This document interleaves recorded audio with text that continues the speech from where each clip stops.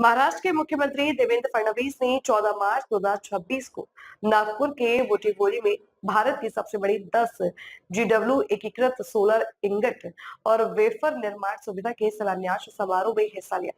उन्होंने वहां मौजूद लोगों को संबोधित भी किया। आणि वारी हे जे त्यांचं गाव आहे,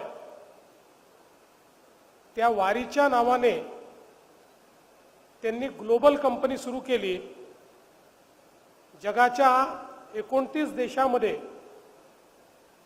ते आज ऑपरेट करतात, एक्सपोर्ट करतात आणि त्याच वेळी त्यांच्या मनात ही संकल्पना होती की आपल्या विदर्भामध्ये देखील आपल्या जन्मभूमीत आपण काहीतरी केलं पाहिजे आणि म्हणून त्यांनी हा निर्णय घेतला।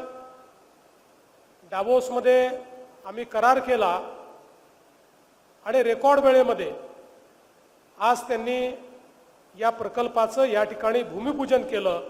त्याबद्दल मी त्यांचे आणि दोषी परिवाराचे